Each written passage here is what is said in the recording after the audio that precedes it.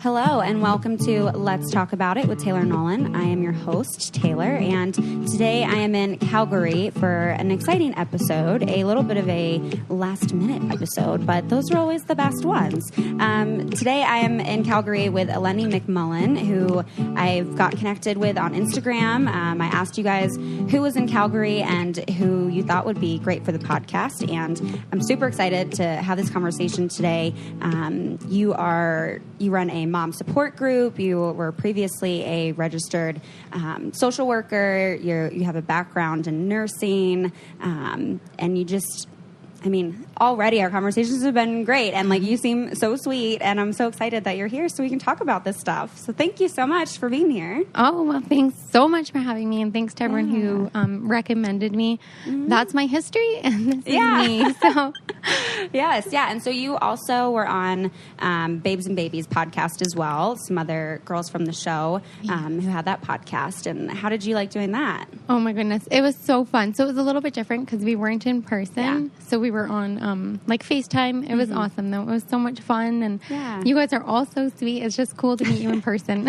Yeah, I'm sure it can be a little bit weird from being like, these were people on TV and now they're real people and I'm talking to them, and it's funny because I'm not really like a celeb follower, but I love The Bachelor and all that. So this is my thing. So thanks for having me. I'm so excited. Yes. And so basically kind of even how I had talked to you previously to recording was just kind of I always like to host this as I'm getting to know you while the listeners are getting to know you. And I think it can be a really cool way to explore everyone's stories and how we're all different. And for you specifically, we've got some questions about infertility in the past, and people have wanted us to cover this as a topic and just haven't had an opportunity to yet. And so I'm excited to now, and there's really very little that I know about you. So I'm really excited to get to know your story a little bit. And so you were born and raised here in Calgary. And how's that? Born and raised. My whole life I wanted to get out of here. It's funny. And my husband came from a town just south of Calgary, and he loves it here. So we've obviously stuck around, but that's why I went into nursing too. I was I want to travel nurse, and but here we are. It's home. So nothing like home. Mm-hmm. Yeah. And so you and your husband now have been together for how long? Oh goodness, it's been over 10 years. So probably I would say maybe 10, but married for over 5. Yeah. So a while. Yeah. Did you feel like you always kind of knew that you had wanted to be a mom? Because now you have 2 kids, and we'll get into a little bit of what infertility looked like for you. But was that always something kind of that you were I'm meant to be a mom? Yeah. So definitely 100%. Yeah. It's funny though, because in my stomach, I always had a feeling I couldn't get pregnant. I know. And it was one of those things I never wanted to talk about how badly I wanted to become a mother because I feared it would never happen. Yes. And, it's even just when we first started trying, I kind of knew. I just knew in my stomach it just, something was off. And I don't know why. They couldn't find anything wrong, but it's interesting. So yes, to answer your question, totally. Yeah. It was in my heart. See, I've always had that fear because I was someone who I never thought kids were for me. And I was I don't want kids. That's not my path.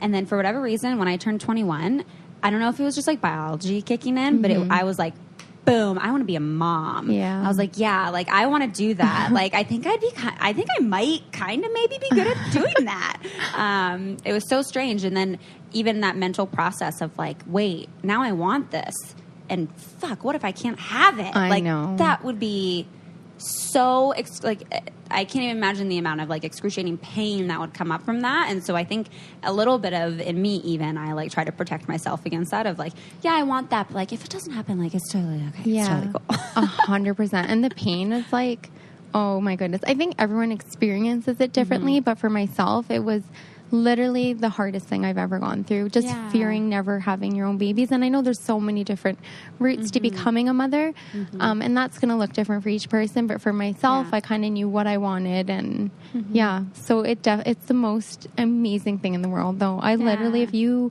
even think about it, do it. You'll never regret having a baby. So oh my goodness.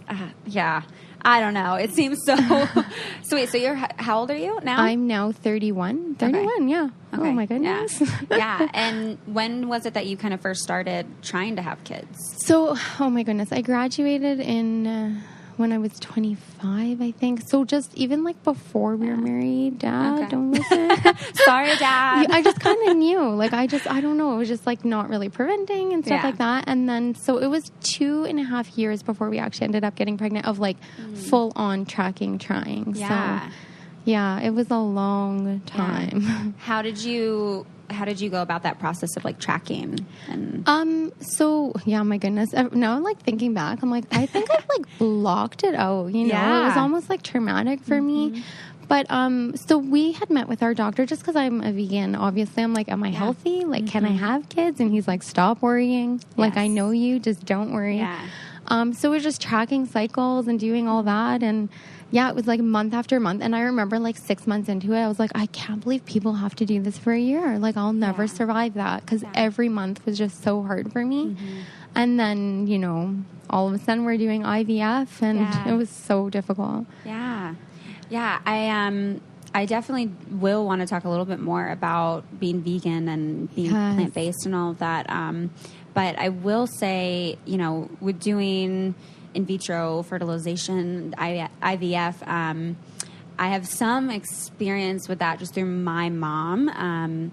She had me when she, like 3 weeks after she turned 20, so she was a very young mom. Wow. And then when she met my stepdad, Jason, they then tried to have kids when I was in middle school.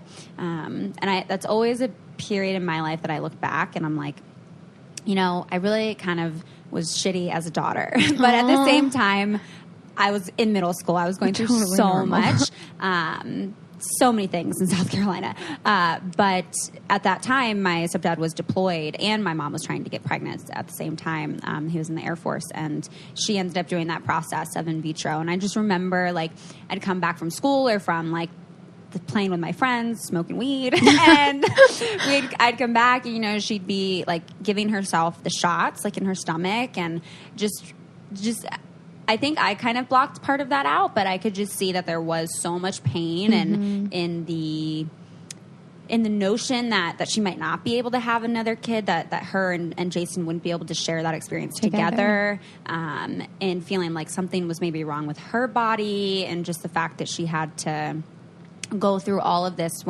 especially when she had already been able to have me, which was like kind of an accident. Totally. I just remember just seeing that and just being like, oh, I'm so sorry that I wasn't there for you more during that. Cause like, I think now if I had to go through that process, like, yeah, I imagine that would be a little traumatic. Yeah, totally. I think you being her daughter, though, it's like she didn't expect you to be in that position, you know? It's so hard because you don't really know how to be there for someone who's going through this or going through that. And like, there's no way really other than just being there, you know? And I think being a woman and like you feel like this is what you were created to do if you choose to do that and not being able to, it holds a lot of shame and like it's hard. It definitely is. So I can imagine that was hard for her and then also having you out there smoking weed. I know. I'm just joking. She's like, Taylor, what are you doing out there? I'm like, nothing, Mom. No, you're so sweet and empathetic. And I mean, I'm just curious, like for you, I mean, that I imagine then that you would have also struggled with that feeling of shame. Oh my goodness. That for me was like the hardest thing because, you know, so many people would say like, oh, it's because you're vegan or, oh, it's because you are like, this was after we had gotten married too, when we finally were kind of sharing it with people around us and stuff. And I had been a little more fit than I am right now at that point. You are still very fit. Stop. No body shaming. So sweet. It was so funny though, because I'm like, well, wouldn't being strong make it better? Wouldn't being vegan? And, you know, we kept going to our doctor and he's like, seriously, there's nothing you're doing. Like absolutely nothing. Like it's completely out of your control and he's like the smartest man ever, so I just kept leaning on that, like there's nothing wrong with me or what I'm doing and it's out of my control, and I kept trying to tell myself that, but when you're in it, oh my goodness, like it's all blame. You're all like, what am I doing wrong? What am I missing? And especially when people are literally telling you like, oh, well, it's because you're vegan. That's because of a decision that you made that now is your fault and why this can't happen for you. Totally. And I'm not even sure in terms of just the research and the science on how being vegan could impact your ability to get pregnant. Yeah, it's actually funny because the more research we did and the more we looked into it, it was actually linking meat and dairy and stuff to reproductive problems. So yeah, because of all the hormones and stuff that are already in that, I would think that would be more. Yeah, so honestly, there was no connection with the diet and stuff like that. So I don't know. It was just a thing people to say. I don't know. Did you ever think like, oh, maybe I should eat meat because everyone's telling me that it's because I'm vegan? Like, did you attempt to change up your diet at all, or your doctor was just like, you're good, and so you were like, yeah, for me, like being vegan is such an emotional decision that like. Yeah, I would just not. But literally, like, I did try being gluten-free, and I'm like, hey, this is just, like, what am I doing? I need all the bread. Is too much. But literally, like, because, I read that doing gluten-free can help people. So I did that in combination for about a month, and then I'm like, still not pregnant. Forget this. Yeah. So, yeah. Huh. Yeah, I mean, let's if we can get a little bit into the vegan part, just because we're here. Yeah.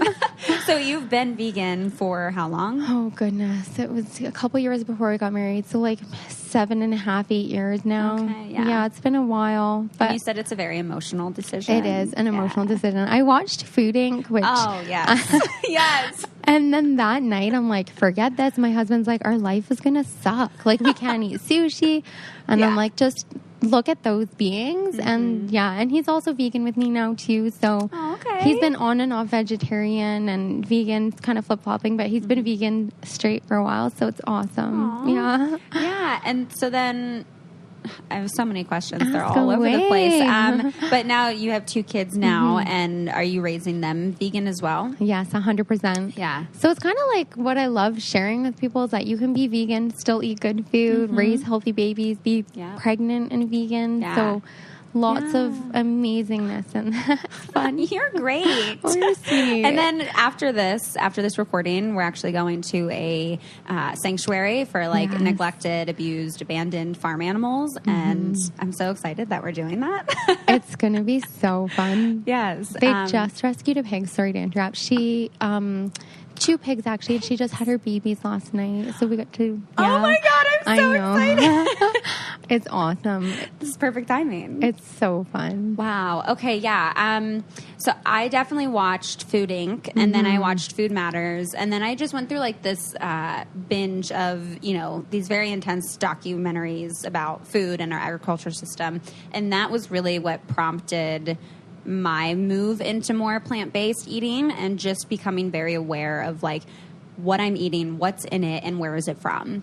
And I remember this was like an undergrad, and literally I went to like a Monsanto like protest rally, and I was like, I went real extreme for a minute. I had like made these posters of like, no GMO. And like, it was intense. But yeah, that was when I like started going to the farmers markets more and wanting to eat things, that didn't come in boxes, and where I could figure out a source from fresh local farmers and all of that. And it was a much more like connecting experience for me. And I did still eat some meat then, but it was from farmers that I knew, where I could literally, and I did go to their farm where like they live with their family and their children, and see the horses and see the cows and see the pigs and see the chickens and see the kids interact with them. And the fact that they were learning about this whole like life cycle was just amazing to me. And I was like, yeah, I want to put my money towards this and not like some corporation that like I don't know at all. But then slowly it did just kind of get to like, yeah, I actually don't feel good eating that. And like, I'm a huge cat lover and a huge like animal lover in general. And so I'm like, I would not be able to physically kill this animal and eat it. And so like, that just feels wrong of me to eat it. That's like a huge thing for me too. And I think everyone approaches this lifestyle differently, and it looks so different for each person. And that's okay. Like, I believe, and like what I try to share so much is that even if you're doing a little bit of change and working towards a little bit more plant-based, I think that's huge, and that's saving our earth and the animals, and just way more effective than being like this. You're not doing it perfectly, because nobody's perfect, and we're never, ever going to get that. So why not just welcome people to this with love and like... So, yeah, that's kind of like my mission mostly with the vegan life and stuff is I think a lot of the times, too, people think I'm like a patchouli hippie, like tree hugging, which I mean, I have a couple of those traits, but I'm just like an everyday girl, and I want people to know you can be too, and do it with love, and what works for you might not work for everyone, but that's okay. Yes. So good for you. I love that whole philosophy, and I think that's really important, because I think when people hear that someone's vegan, they just automatically think like all these stereotypes of that person, and again, think that they're going to be like shamed, or that they, you know, are that your ideas are going to be totally pushed onto them. And I mean, you have a totally separate Instagram page, The Kindest Plate, and everything on there was beautiful when I looked, and great ideas for recipes and stuff.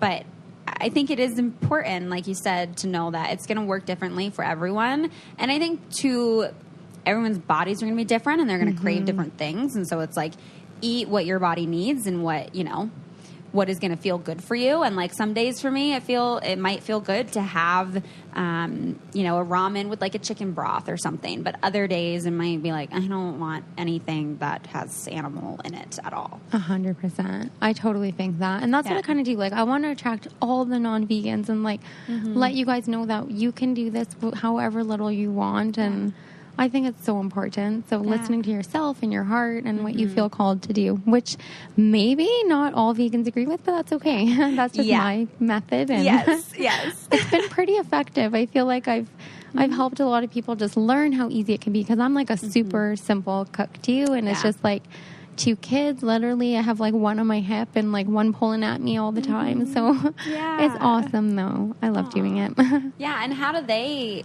enjoy, I mean, because how old are they now? So Harlow is 2.5, and then Arrow is 7 months. So they are like amazing eaters. They eat like every vegetable. But it's because we started them on that from day one. So that's all they know. And and it's funny when you talk to kids and they're like, oh, what do you mean? Like, she'll be like, why is she eating a chicken? I don't understand, Mom.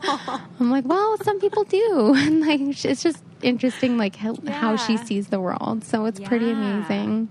Wow. Yeah. That's very interesting. And so then at that age, they're not like in any kind of like daycare or like socializing with any other kids yet.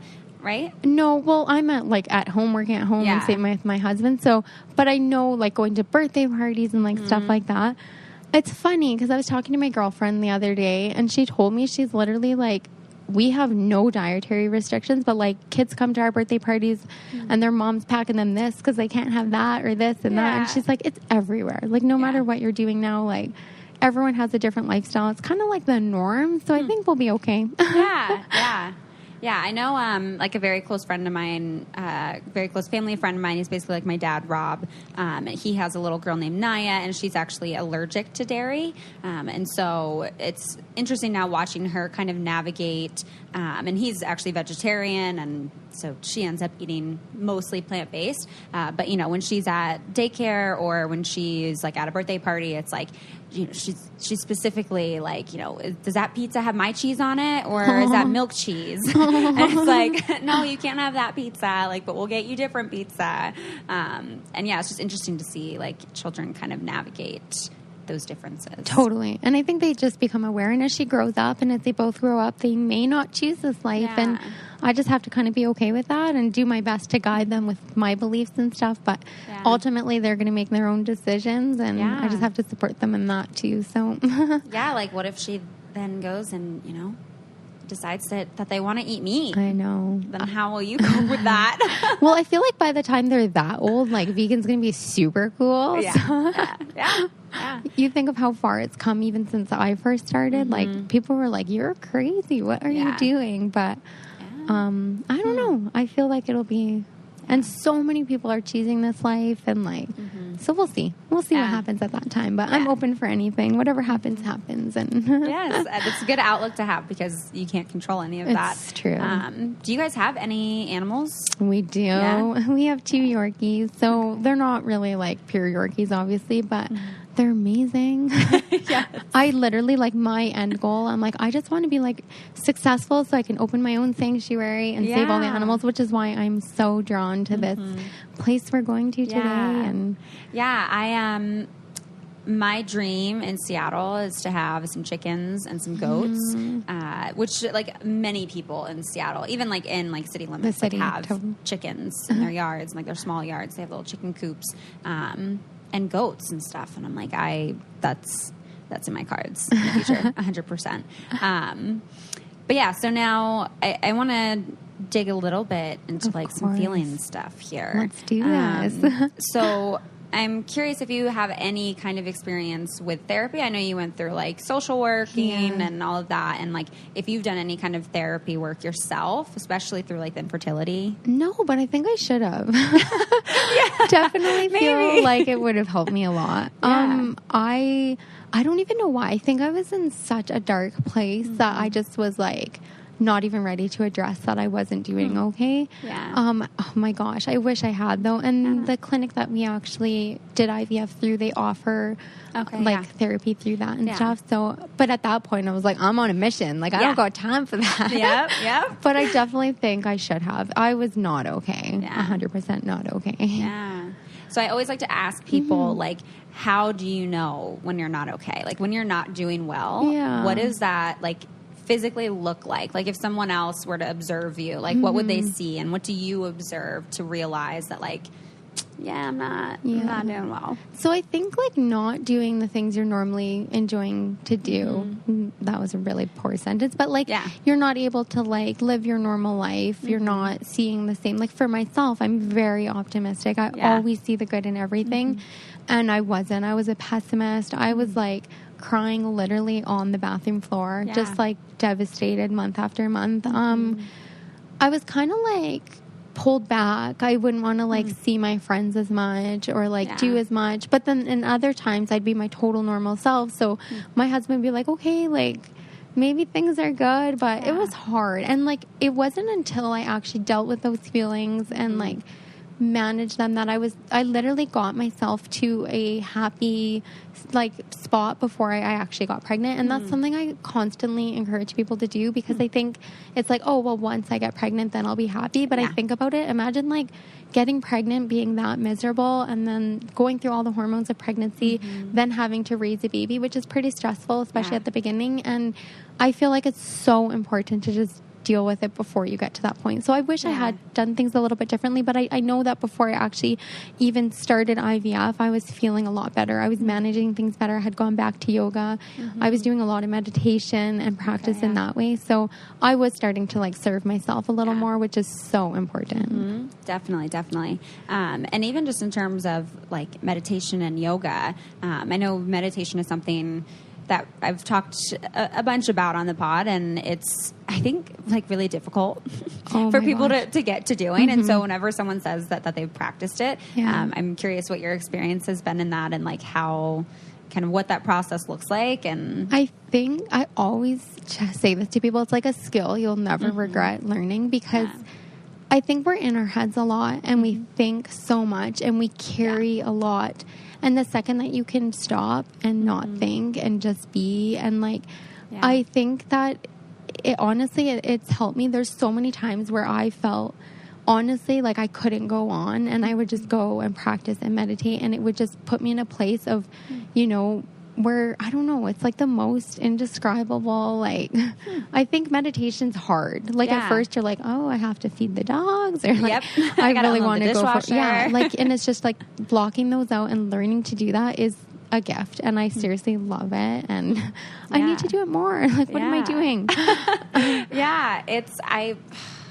I definitely need to do it more as well, and I want to, and I think there are certain times where I'm like, I'm like maybe not meditating, but I'm being really mindful in what I'm doing, and that almost feels like a sort of meditation, where like the one example I love using is doing the dishes, because that for me is a very like relaxing thing. Once I actually am focusing on just doing the dishes, like that's all I'm thinking about is scraping this plate off, and then I'm going to put this plate in this thing. And just that whole notion of like, not necessarily repetition, but order, I guess, even in terms of like my cleaning of the apartment. You know, it's like, okay, I'm going to clean off all the counters, and then I'm going to vacuum, and like just that in and of itself feels a bit meditative, just because you're so focused and you're being really mindful. But the moments where you do just sit there and focus on your breathing and are not doing anything is really hard. I know it is. But even just with what you're saying about being mindful and being present,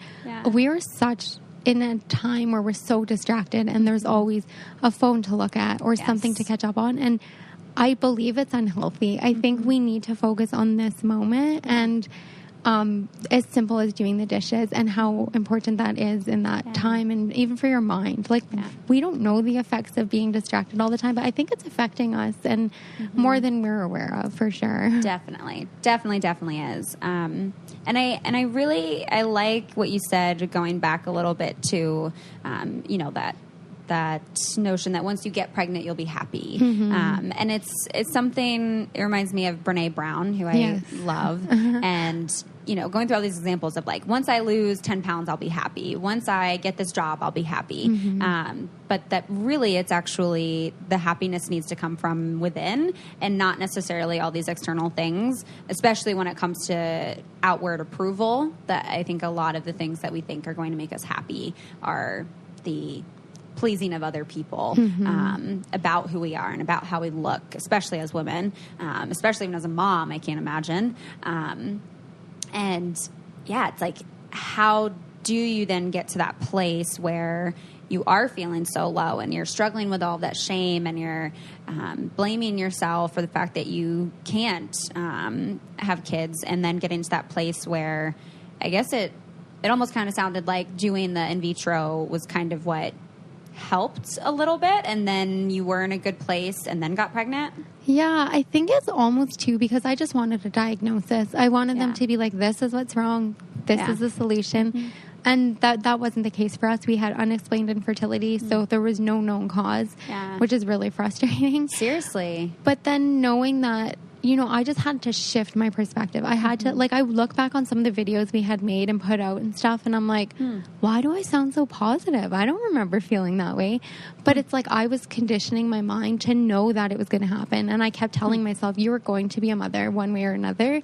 You need to believe this. And I watched so many things and learned so much about the power of our minds and how believing can totally affect the outcome. So I just shifted everything. I'm like, hey, we're doing IVF. The doctors were like, yeah, you'll get pregnant. Like, they were like, why are you stressing? Why are you crying? They could not understand how I felt, which was a huge problem. But I think just even just having other people believe in me and be confident in that and stuff.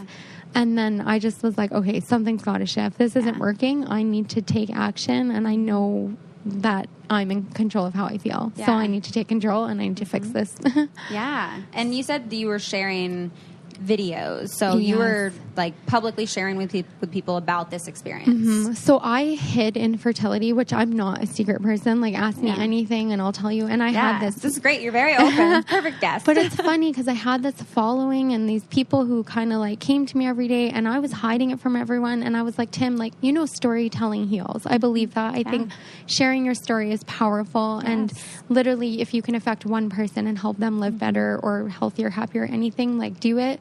But just telling my story really, really helped me begin my healing. And I think that's where it really happened, was just being like, hey guys, this is what's happening. I made a video. It's like pretty bad now that I look back on it. But like, so many people still message me and say, hey, you've really helped me with this. So I don't know. I think doing that, putting that out there was like the stepping stone that I needed to heal. And you say when you look back at it that it's you were so positive and so happy, and you're like, I don't remember that. Did you ever kind of put out there some more of what you were struggling with, or what you remember? Oh my goodness, totally, If you watch them, I mean, they're... This is on YouTube? They're so bad. But literally, like, I wanted people to know it hurts. And like, if you have someone who's going through infertility around you, or like Mother's Day coming up, it's a really hard time. And I think secondary infertility, like your mom had gone through, is just as hard, you know, because everyone's family looks different to each person. And it's so hard when like, well, you already have one baby, and it's like, that's not okay. You know, I think it's like, you have to understand that people have goals for themselves and stuff. So anyways, I put out these videos and just hoping that people would sort of find a little bit of like strength in their journey, because it's not easy. And I just like being honest and putting that out there. And it really helped a lot, though, I think. Yeah. And I totally agree with you. I think there is tremendous power in storytelling and almost this sort of narrative therapy where we really get to like 100%. Own our story, and that can be so impactful and so healing. As another part of like why I want to have the podcast, because it's an opportunity for me to help people share their stories in a way that can be healing and also helping for other people. Helping for other people. It's not a correct sentence. But yeah, I mean, I think it, as wonderful as that thought is, and where we know the factual healing of it, it takes a lot to get to that point, just to be able to actually say, I'm not going to let the fear of judgment or the fear of external shame coming at me to prevent me from speaking up. And I think, especially when it comes to stuff like this, the shame can be so powerful that you feel like you can't use your voice. I 100% think so.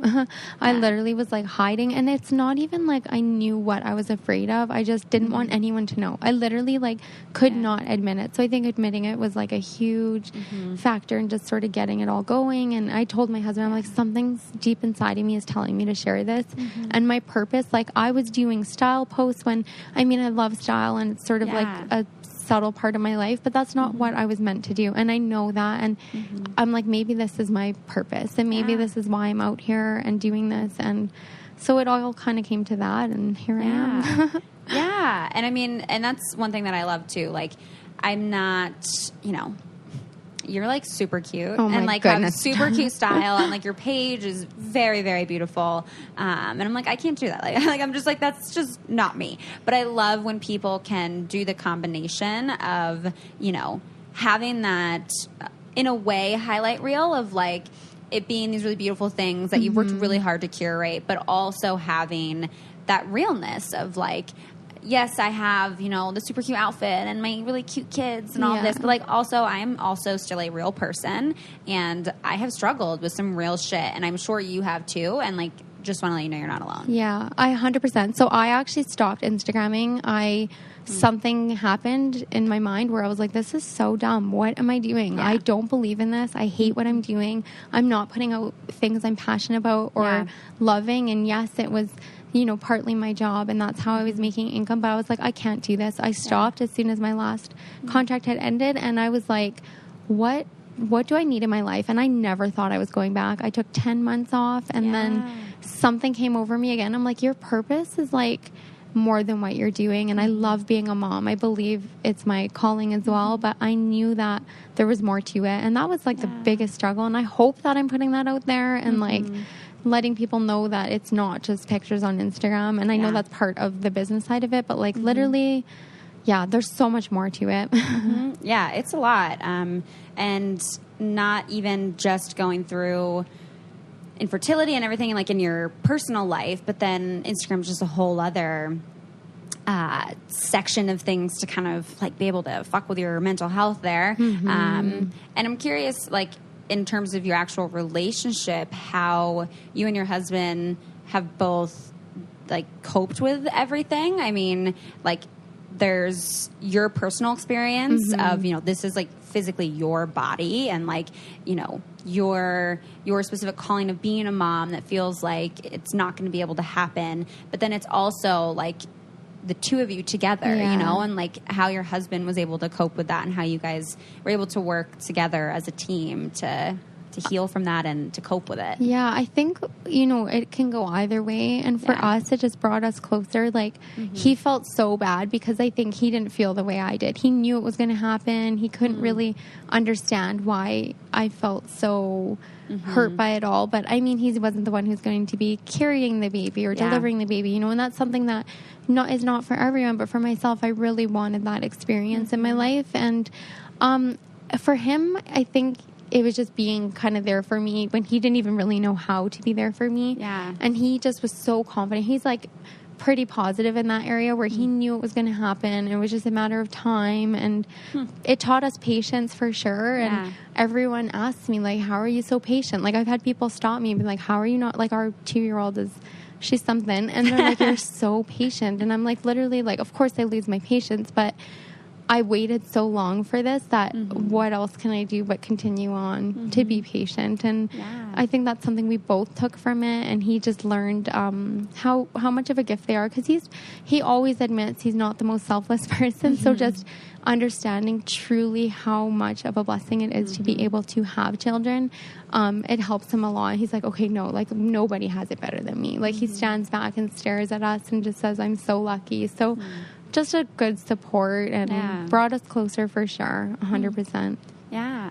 And so I'm assuming, since you did not receive any kind of therapy yourself, that he did not either. No, he probably needed some help to, like, how to guide me, but no, it's something I would encourage, though, 100%. I think there's no shame in it. Obviously, like, and his mom did lots of work in that area as well through what she did in her job and stuff. And, like, I think we both knew we needed to do something, but we didn't. I would encourage it 100% though.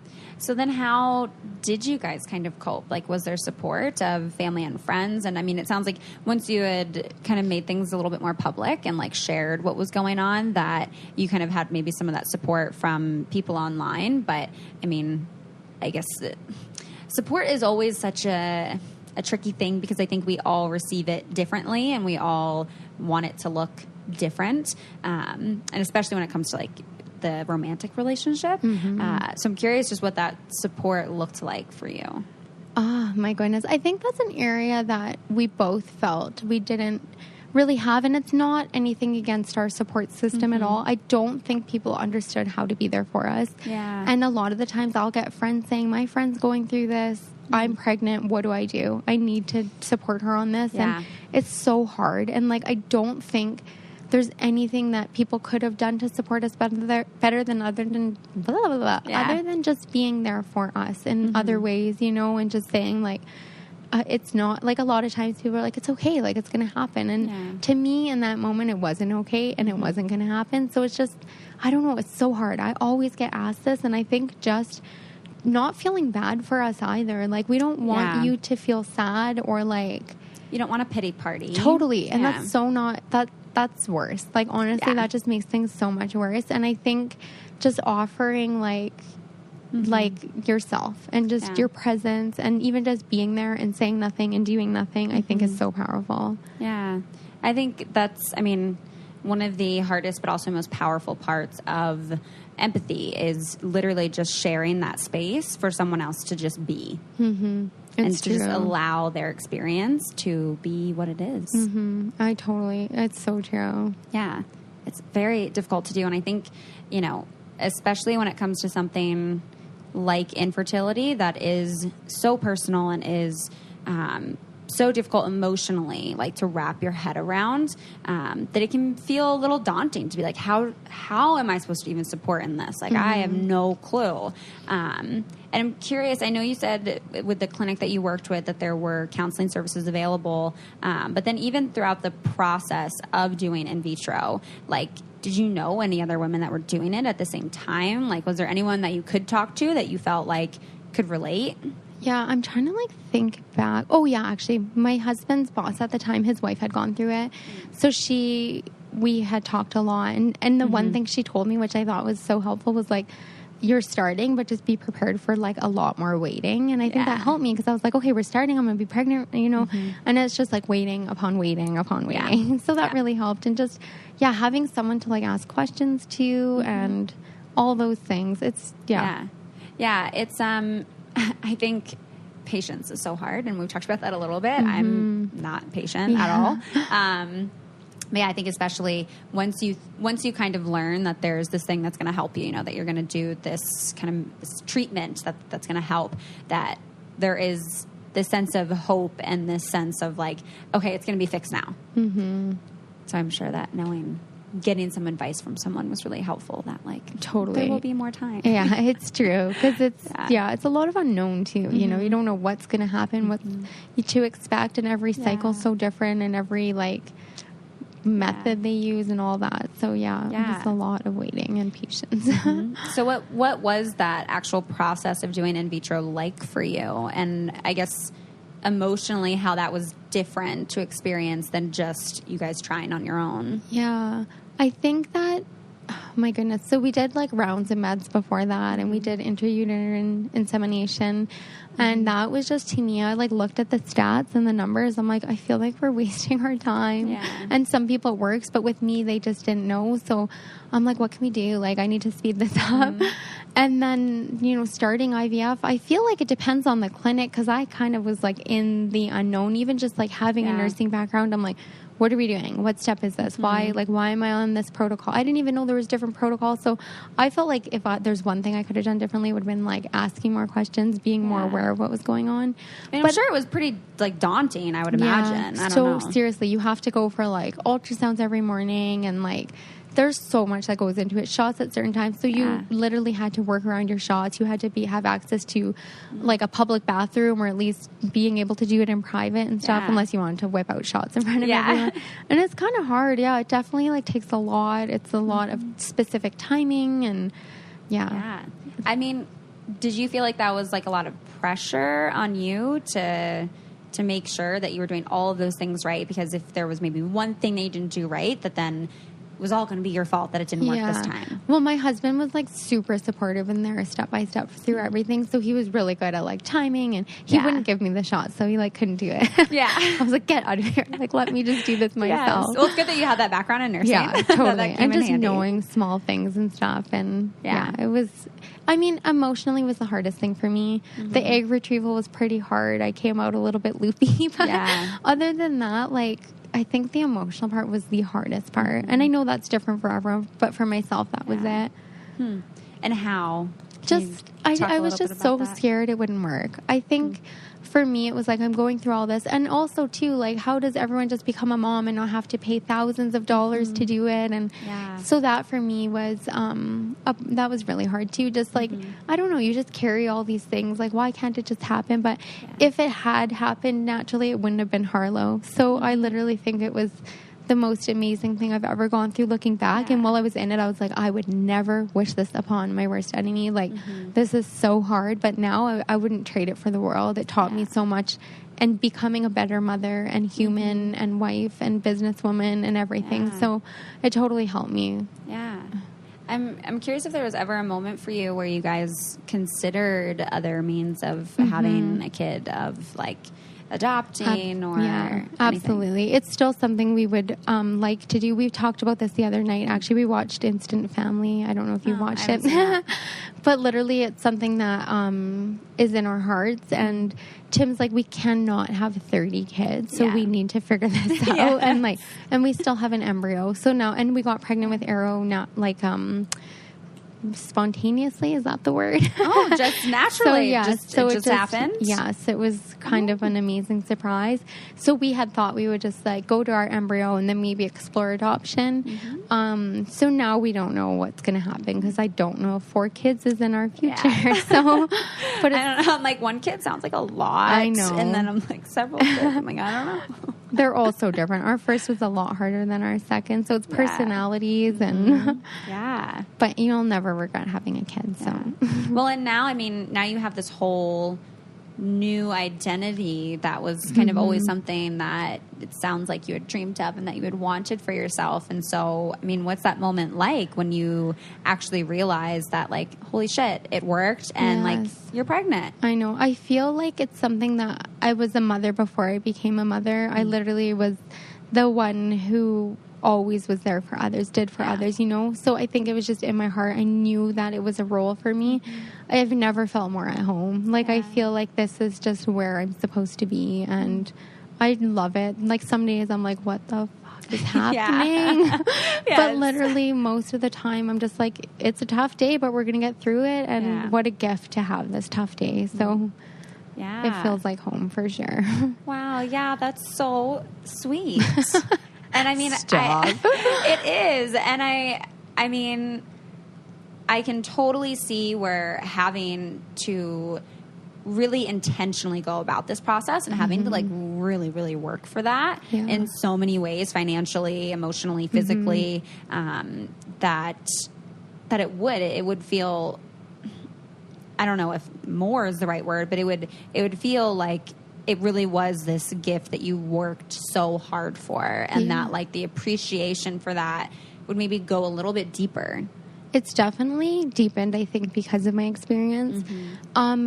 I do believe that, you know, sometimes people fall pregnant and they're given this baby and it's really hard for them in other areas. So just being able to like say that it's so, everyone's journey of motherhood is going to look so different, and it's okay for it not to be okay too, because there are some days where I'm like almost like guilty when I'm like, oh, this is a hard day, but like we're allowed to feel that way too, you know? And just like people who maybe haven't had the experience of trying so hard for a baby, like they're still like allowed to appreciate the shit out of their kids as well. Absolutely. And I think, it's just hard, and every day is so different, and every day you just pick something from, but it definitely, the gratitude is like, it's just a different perspective because it's a different experience, I think. Do you ever feel like you have to like when you have those moments where you're like, oh my God, this is so difficult, and like, oh my God, like they're so annoying right now, or whatever, where perhaps it's not this moment of gratitude? Do you feel like, of course, like there's any shaming that comes in of like, no, like you need to be really grateful for this because like you almost couldn't even have it. So even though like it feels like it sucks right now, like stop. I think, that comes up, but a lot of the times I'm like, it's okay to know that this moment's hard and still appreciate them, because I mean, there's nothing wrong with me. I don't know. I think I try to say that on the mom board too. Like moms will be like, oh my goodness, I feel so guilty for feeling this way. I'm like, stop. Like your day is allowed to be hard, and you're allowed to like not be okay and need to get in your car and go for a drive, and that's okay, because you're still human, and it would almost be unnatural to always be positive and always be grateful. And like, but I try, and I think it totally affects my happiness. It's made me like be the person that I am. So it's definitely shaped me, and but I think, it comes with both sides. Yeah. I mean, I really appreciate the fact that you do have this practice and belief almost in just the simple notion of like letting yourself feel what you are feeling and allowing space for those things to come up, even if they are uncomfortable, even if they are things that, you could negate with saying, no, like you should be really grateful. Because that's all of that is so hard. And even though like motherhood is something that you had dreamed of and that, now you have, still doesn't mean that it can't be something that's like really, really, really difficult. Oh, I know. And like blocking those feelings, I think it's not going to serve me, you know, like when I'm like, no, it's all good and perfect. Like it's not. And there's days where like, well, most of the time we're in PJs all day and just at home and living slow. And it's something I believe in and practice, and it works for us. So, yeah. And so now, like you have, you share some of this on your Instagram, Convey the Moment, and you share like your vegan stuff on The Kindest Plate. And then you also have like a mom support group. Can you share a little bit about that? So that I have on Facebook, and it's just a place where moms, like, I feel like, becoming a mother and stuff, I was like, why are people so judgy? Like, and I think that stems from inner insecurities, honestly. And like, I think that, if we want to raise the next generation to make change and do better, we have to stand up as females and as mothers and be the change that needs to happen. Because like my arm hairs kind of stand up, but like you judging how I do motherhood will never make you a better mom. And in fact, it'll only hold you back. And I want to put that out there. I want people to live this and believe it. And if I can do that, like together with these humans, the moms on there are the ones that are making the change. Like these women are incredible. They're so supportive, so encouraging, so kind.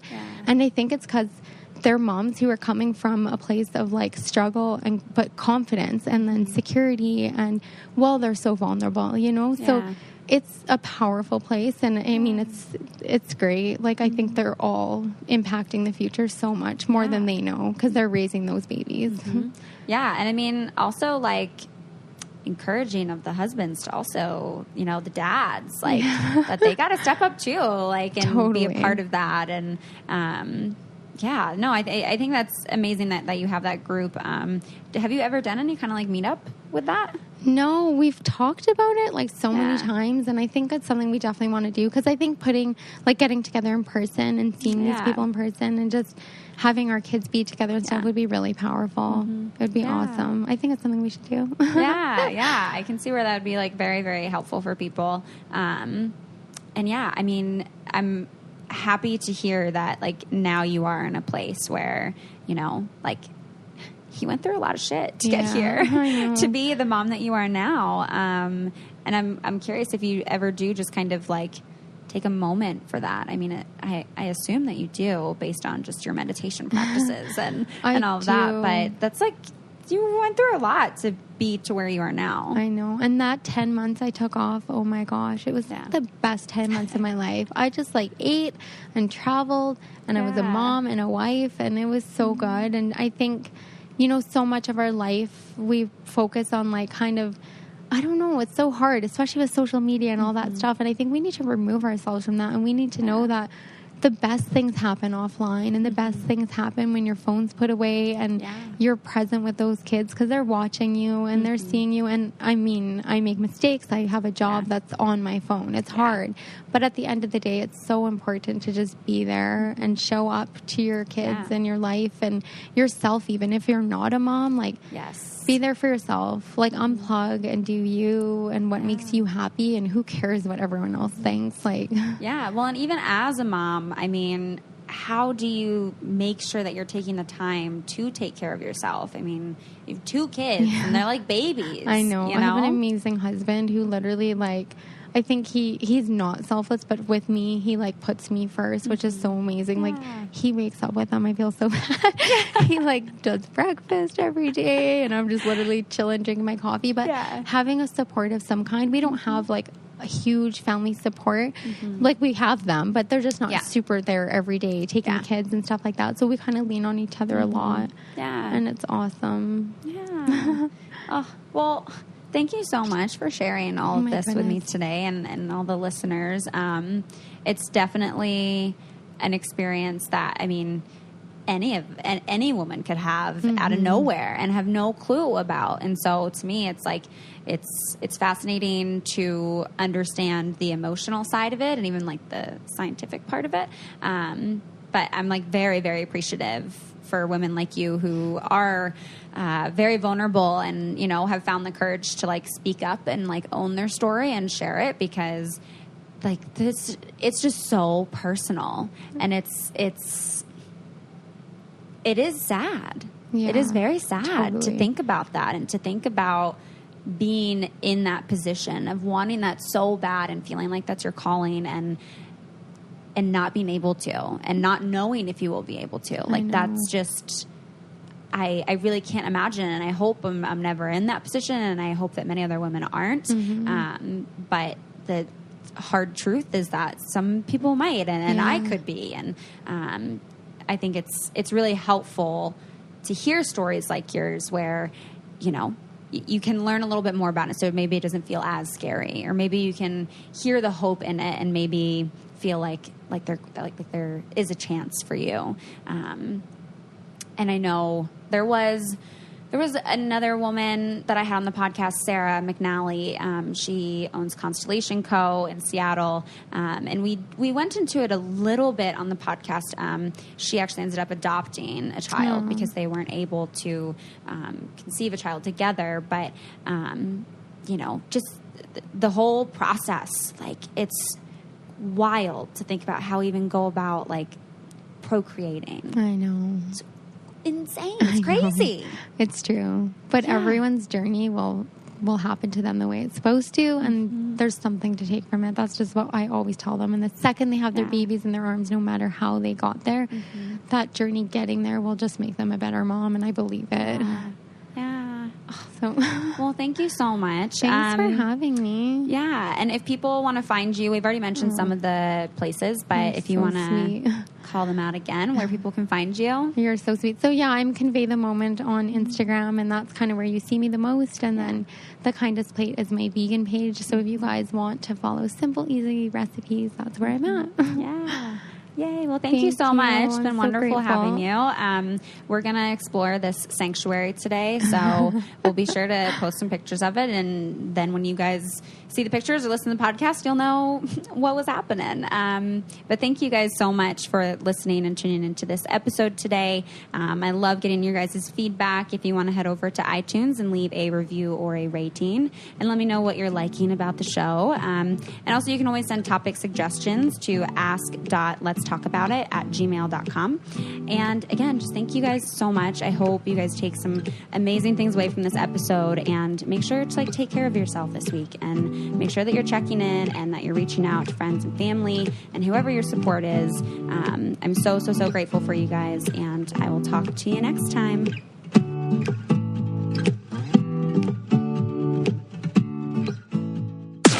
This podcast is brought to you by Wave Podcast Network. Check out all of our shows, including the Brain Candy Podcast, I Don't Get It, Coffee Convos, and Let's Talk About It.